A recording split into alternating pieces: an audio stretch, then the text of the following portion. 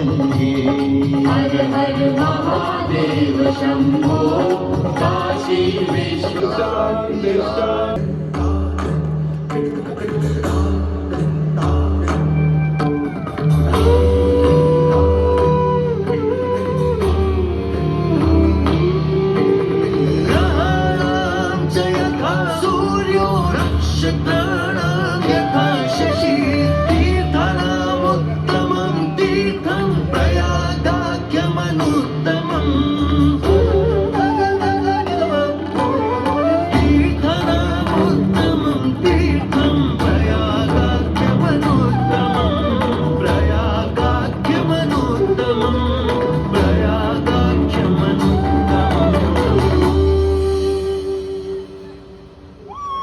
सूर्य ग्रहों में श्रेष्ठ है और चंद्रमा नक्षत्रों में श्रेष्ठ है, उसी प्रकार प्रयाग सभी तीर्थों में सर्वश्रेष्ठ है।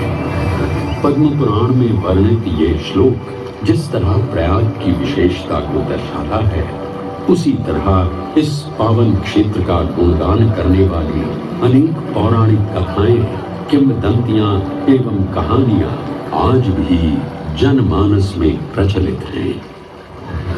ऐसी ही एक पौराणिक कथा है जो भगवान ब्रह्मा को प्रयाग से जोड़ती है। मान्यताओं के अनुसार भगवान ब्रह्मा को यज्ञ करने हेतु एक दिव्य स्थान की आवश्यकता थी, जिसके चयन को लेकर वे बड़ी ही दुविधा में थे। अपनी दुविधा के निवारण हेतु भगवान ब्रह्मा नागों के देवता महाराज शेषनाग के यहाँ पहुंचे और उनसे कहा, हे आदिशेष, मैं यज्ञ करने हेतु इस सृष्टि में एक ऐसा स्थान ढूंढ रहा हूं जो दिव्यता और पवित्रता की दृष्टि से सर्वोत्तम।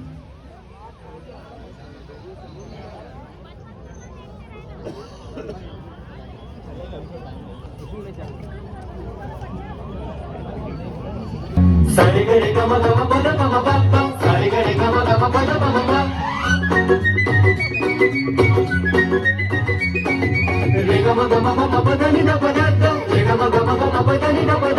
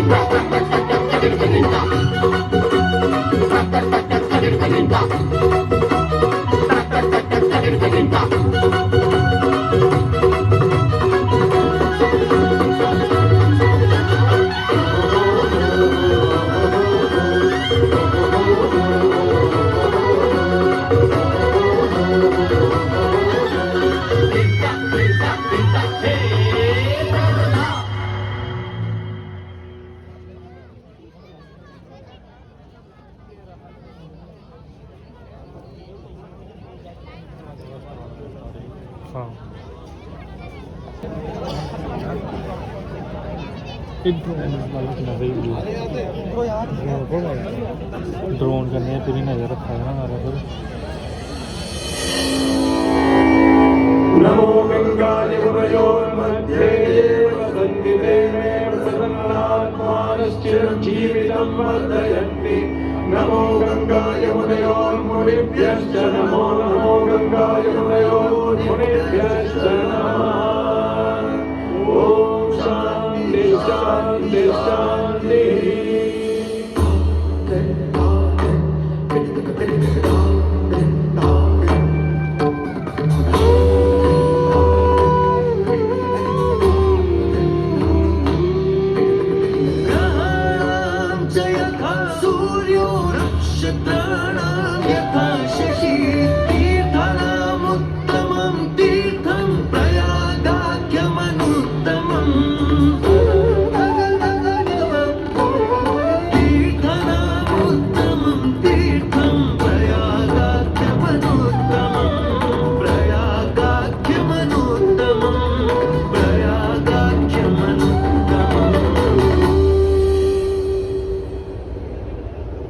सूर्य ग्रहों में श्रेष्ठ है और चंद्रमा नक्षत्रों में श्रेष्ठ है, उसी प्रकार प्रयाग सभी तीर्थों में सर्वश्रेष्ठ है।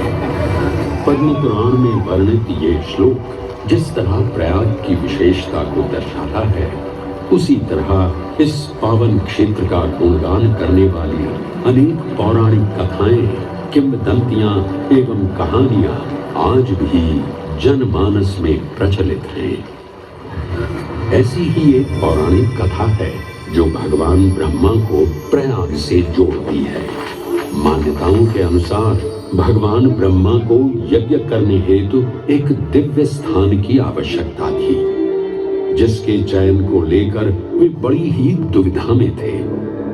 अपनी दुविधा के निवारण हेतु भगवान ब्रह्मा नागों के देवता महाराज शेषनाग के यहाँ पहुंचे और उनसे कहा, हे आदिशेष, मैं यज्ञ करने हेतु इस सृष्टि में एक ऐसा स्थान ढूंढ रहा हूं जो दिव्यता और पवित्रता की दृष्टि से सर्वोत्तम हो। क्या आप मुझे ऐसा कोई उपयुक्त स्थान बता सकते हैं जो सभी तीर्थों में सर्वश्रेष्ठ हो?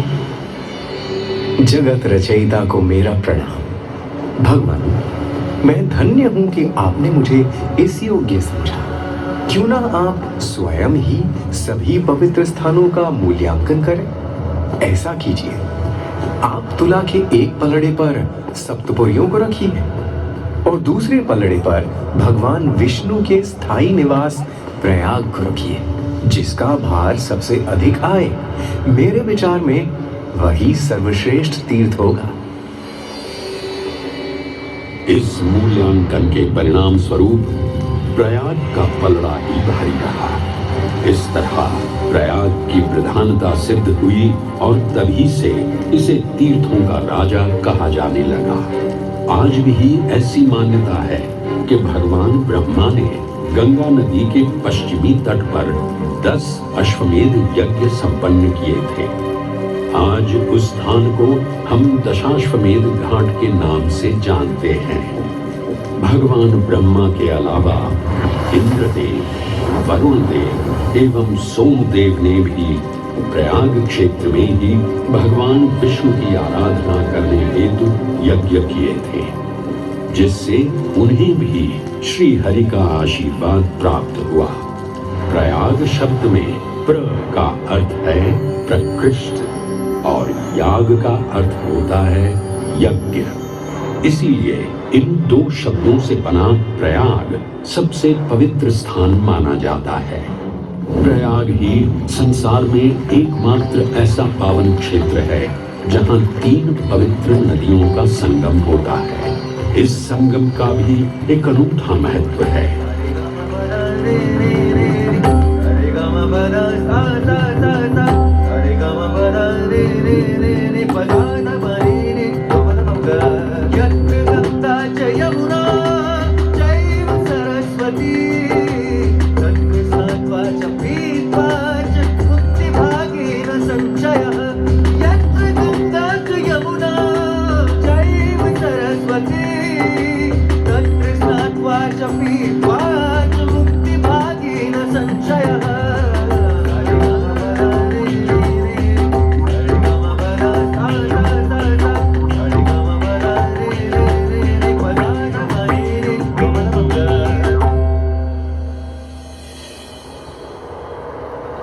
प्रयाग में गंगा, यमुना और सरस्वती जैसी 3 सबसे पवित्र और पूजनीय नदियों का दिव्य संगम होता है। इन नदियों के संगम में स्नान करने एवं संगम का जल ग्रहण करने से मनुष्य मुक्ति का अधिकारी बन जाता है और इसमें किंचित भी संदेह नहीं है। ब्रह्म पुराण में ब्रह्मा जी भी कहते हैं कि प्रयाग में सरस्वती जी अदृश्य रूप में आकर गंगा जी से मिलती हैं। इसलिए इस क्षेत्र को सरस्वती तीर्थ संगम भी कहा गया है। सरस्वती नदी के अदृश्य रूप से मिलने के पीछे भी एक पौराणिक कथा सुनने को मिलती है। ऐसा माना जाता है कि बद्रीनाथ क्षेत्र की गुफाओं में जब वेद व्यास जी भगवान गणेश को महाभारत की कथा सुना रहे थे, तब उस क्षण सरस्वती जी हिम शिखरों से टकराते हुए अपना मार्ग बनाती हुई बड़ी ही तीव्र गति से बह रही थी। सरस्वती नदी के इस तेज बहाव से उत्पन्न होने वाली तेज ध्वनि वेद व्यास जी का ध्यान भंग कर रही थी। इसलिए महर्षि वेद व्यास जी ने सरस्वती जी से वेग और ध्वनि को कम करने का आग्रह किया, परंतु उनके अनुरोध उपरांत भी जब सरस्वती नदी के वेग एवं ध्वनि में कोई कमी नहीं हुई, तो उन्होंने क्रोधित होकर सरस्वती जी को श्राप दे दिया और कहा कि वे अब धरती के भीतर यानी कि पाताल लोक में प्रवाहित होंगी। तब से ये माना जाता है कि हिम शिखरों से उद्गमित हुई सरस्वती नदी उत्तराखंड के माना गांव से आगे अपने अदृश्य रूप में प्रवाहित होती है। आगे चलकर यही अदृश्य रूपी मां सरस्वती प्रयागराज में गंगा एवं यमुना नदी से मिलकर त्रिवेणी संगम को पूर्ण करती हैं।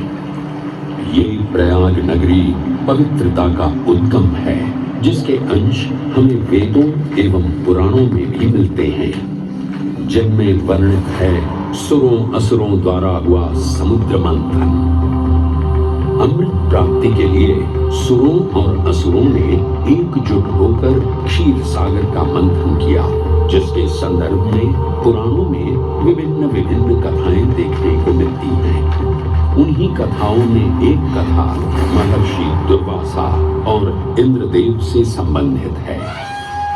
इस कथा के अनुसार ऋषि दुर्वासा ने इंद्रदेव से प्रसन्न हो उन्हें पारिजात पुष्पों की एक दिव्य माला भेंट की, जिसे इंद्रदेव ने साधारण पुष्पों की माला समझ स्वयं धारण न कर उसे अपने वाहक गजराज ऐरावत के मस्तक पर रख दिया। पल भर में गजराज ने वो माला धरा पर गिरा उसे अपने पैरों तले रौंद दिया। ऋषि दुर्वासा से ये अपमान सहन न हुआ और उसी क्षण क्रोधित हो उन्होंने इंद्रदेव को श्राप दे दिया। हे अहंकारी इंद्र, तेरा इतना दुस्साहस कि तूने मेरा अपमान किया। जिस वैभव एवं शौर्य पर तू इतरा रहा है, क्षण भर में ही तेरा ये वैभव, प्रतिष्ठा, शक्तियां सब नष्ट हो जाएंगी। अत्रि पुत्र दुर्वासा समस्त देवगणों को श्रीहीन होने का श्राप।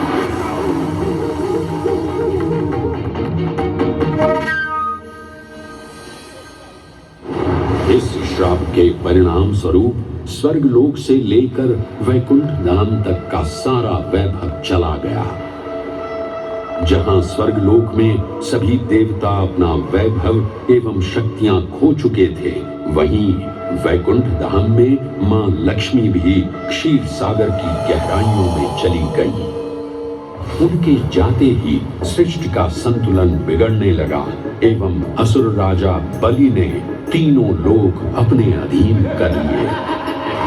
ये सब देखकर सभी देवतागण अपने श्राप के निवारण हेतु भगवान विष्णु की शरण में जा पहुंचे और कहने लगे, हे पालनहार, हे स्वामी, अब आप ही हमें इस श्राप से मुक्त होने का मार्ग बता सकते हैं, अन्यथा हम अपनी शक्तियों से सदैव वंचित ही रहेंगे और युद्ध में कभी भी असुरों का सामना नहीं कर पाएंगे।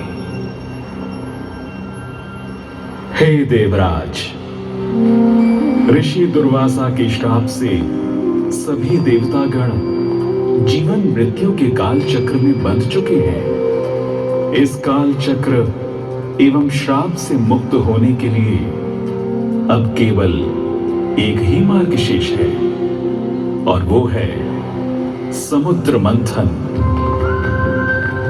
इस समुद्र मंथन से निकलने वाले रत्न ही आपके खोए हुए यश, वैभव और कीर्ति को पुनः स्थापित करेंगे। परंतु आपको इस मंथन के लिए असुरों के बल की भी आवश्यकता होगी, क्योंकि उनके बिना यह समुद्र मंथन संभव नहीं है। जैसी आपकी आज्ञा प्रभु। हम असुरों के साथ समुद्र मंथन करने के लिए तैयार हैं। देवताओं और असुरों ने एक मत होकर क्षीर सागर का मंथन करना स्वीकार किया। जहां मंदार पर्वत मथनी के रूप में आए तो वहीं वासुकी नाग को नेति की भूमिका मिली। भगवान विष्णु ने स्वयं कूर्म अवतार धारण कर मंदार पर्वत को उसका आधार प्रदान किया। क्षीर सागर को मथना शुरू किया गया और 14 रत्नों में सबसे पहले हलाहल विष उत्पन्न हुआ। उस विष के प्रभाव को कोई भी देवता या असुर सहन करने में समर्थ नहीं थे।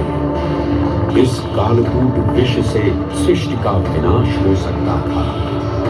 इसीलिए इस आपदा से बचाने स्वयं देवों के देव महादेव प्रकट हुए और उन्होंने इस विष का पान किया। ये सब देख मां पार्वती ने विष को भगवान शिव के कंठ तक ही रोक दिया। इस कालकूट विष के प्रभाव से महादेव का कंठ नीला पड़ गया और तभी से उन्हें नीलकंठ के नाम से भी जाना जाने लगा।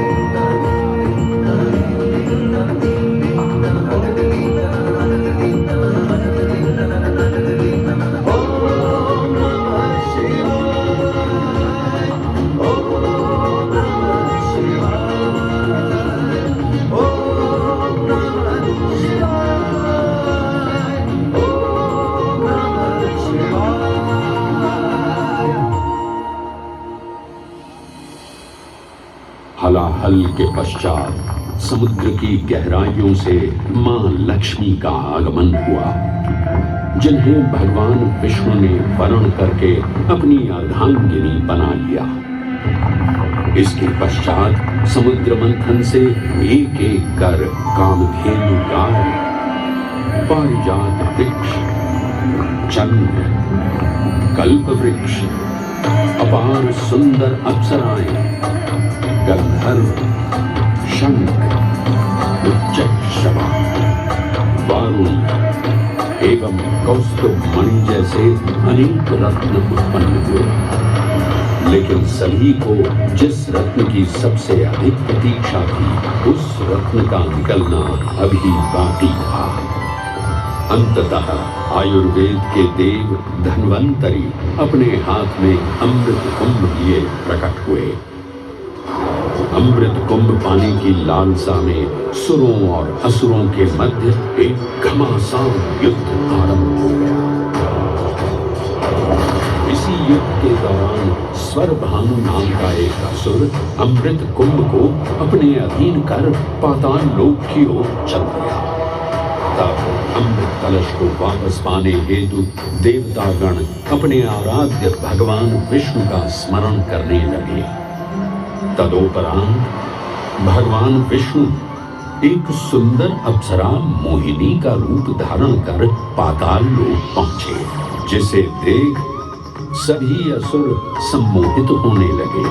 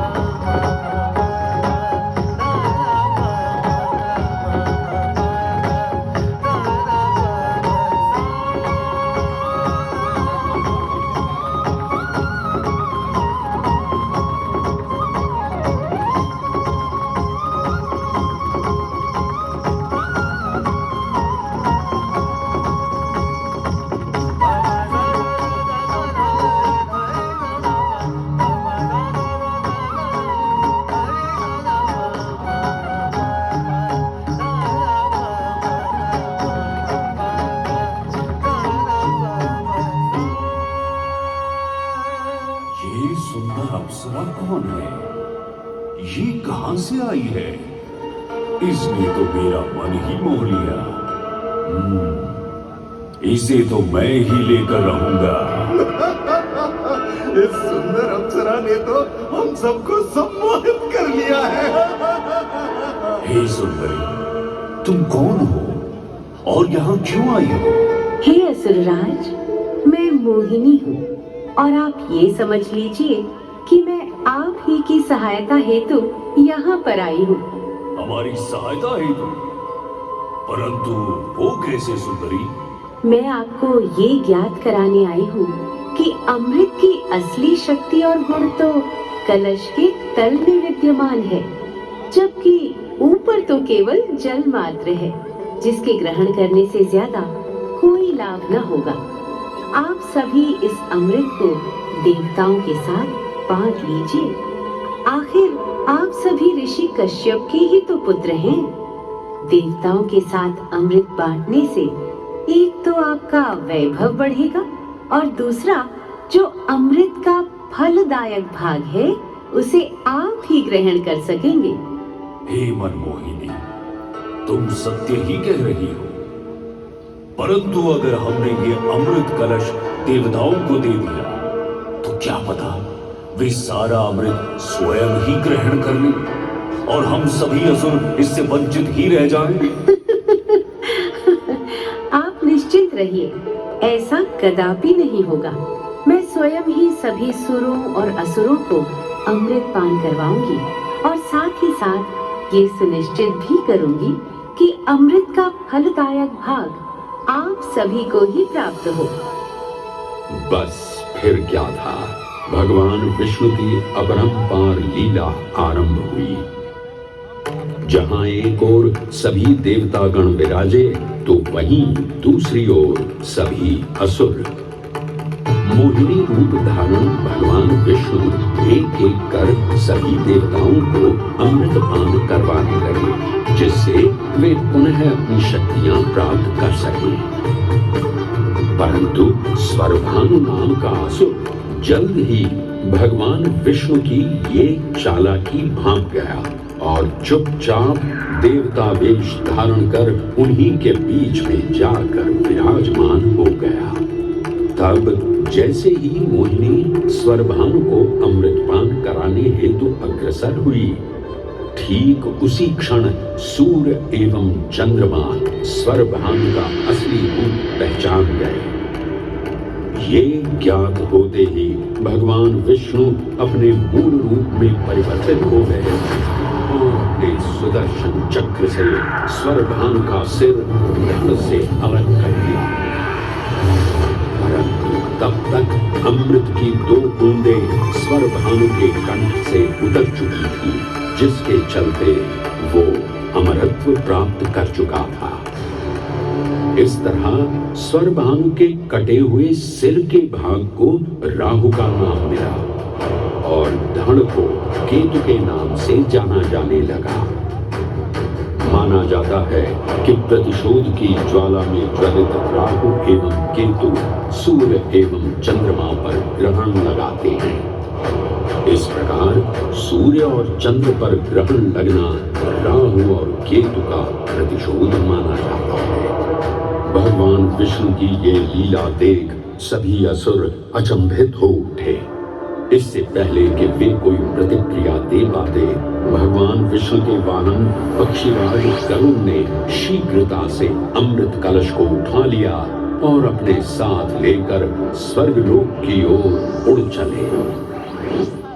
कहते हैं पक्षीराज की इस यात्रा के दौरान पृथ्वी पर 4 जगह अमृत की कुछ बूंदें छलक कर गिर पड़ी थी और इन बूंदों से उन नगरों की नदियों के पानी में अमृत जैसे गुण आ गए थे।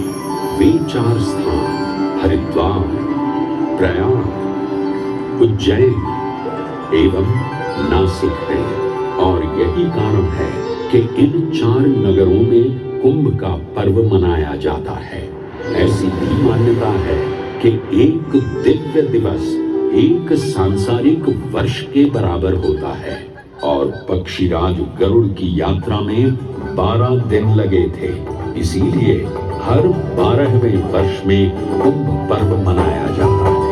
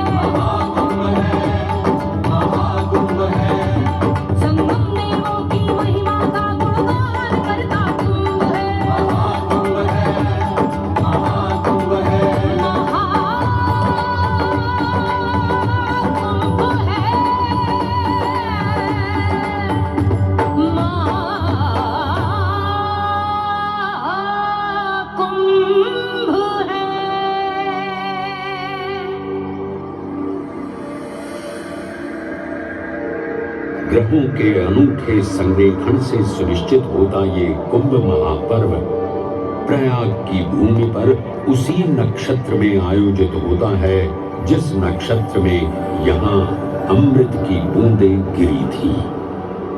गणनाओं के अनुसार जब बृहस्पति वृषभ राशि में और सूर्य चंद्रमा मकर राशि चक्र में प्रवेश करते हैं तब प्रयागराज में कुंभ पर्व आयोजित किया जाता है। सनातन धर्म की प्राचीनतम धरोहर माना जाने वाला ये कुंभ पर्व भारत ही नहीं बल्कि विश्व भर से आए करोड़ों श्रद्धालुओं का स्वागत करता है।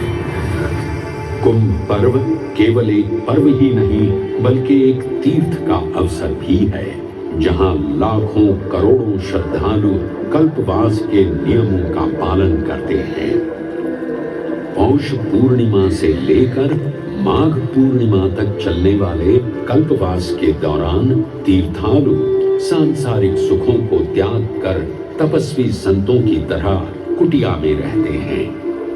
उनकी दिनचर्या ब्रह्म मुहूर्त में गंगा स्नान से शुरू हो संध्या वंदना और भजन कीर्तन जैसे आध्यात्मिक कार्यों के साथ रात्रि तक समाप्त होती है।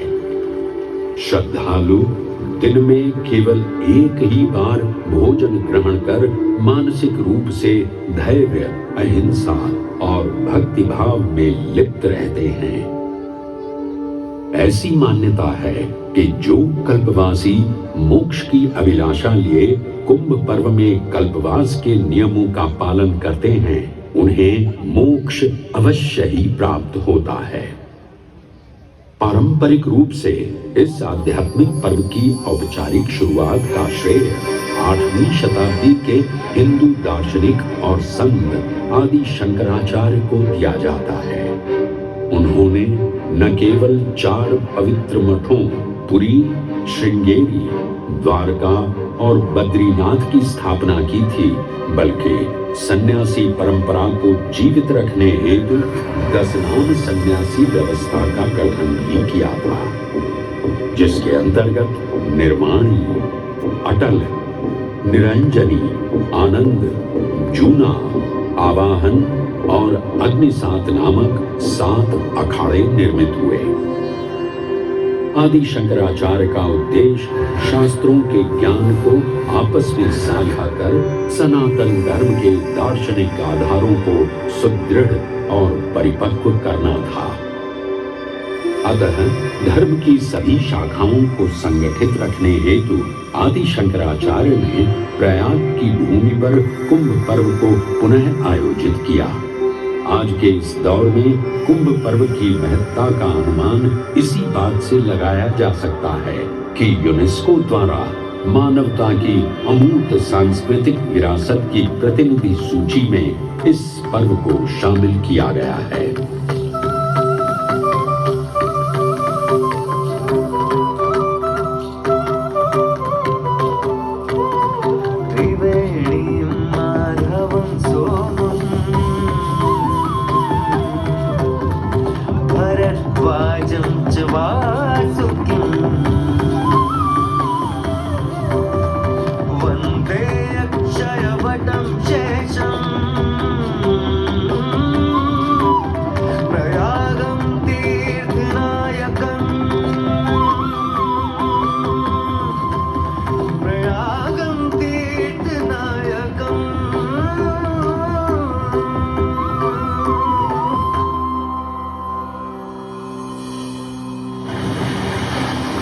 त्रिवेणी, माधव, सोम, भरद्वाज, वासुकी, अक्षयवट और शेषनाग, प्रयाग के इन 7 तीर्थ नायकों की हम वंदना करते हैं।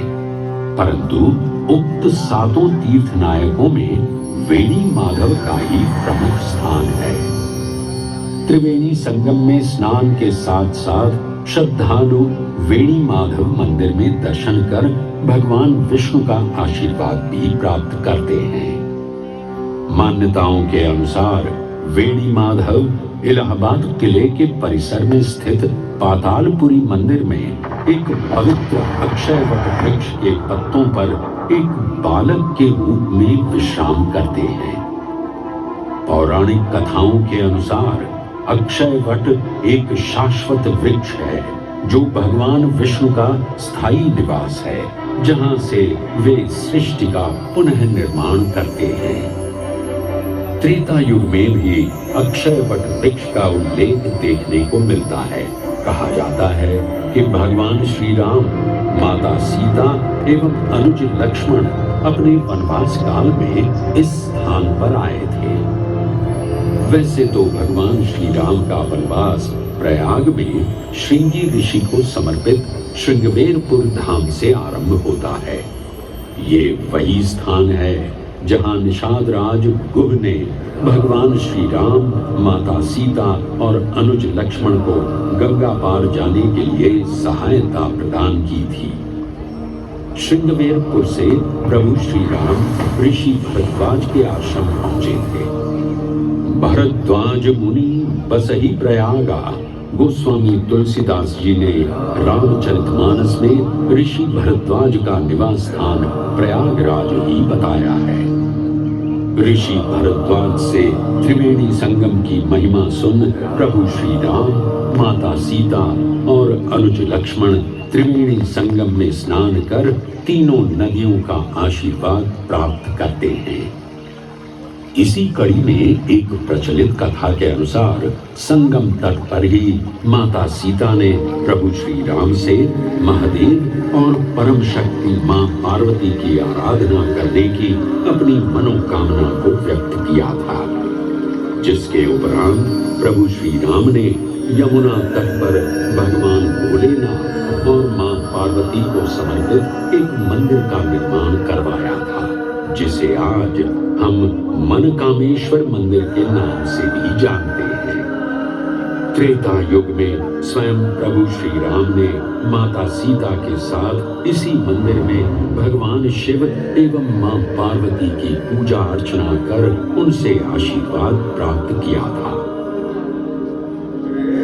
महादेव के इस प्राचीन मंदिर से अगर थोड़ा आगे चले तो उन्हीं के अंशावतार पवन पुत्र हनुमान जी का मंदिर भी विद्यमान है।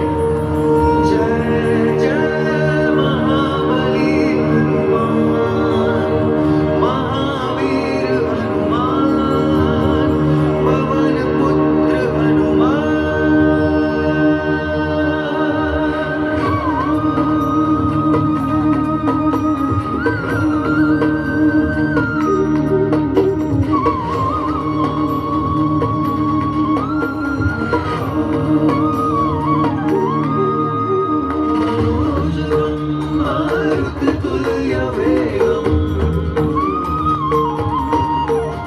जितेन्द्रियं बुद्धिमतां वरिष्ठम् वातात्मजं वानरयूथमुख्यम्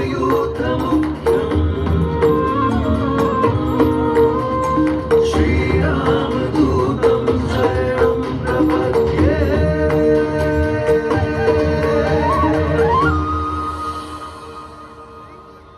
ये एक ऐसा अनूठा मंदिर है जहां हनुमान जी लेटे हुए दिखाई देते हैं।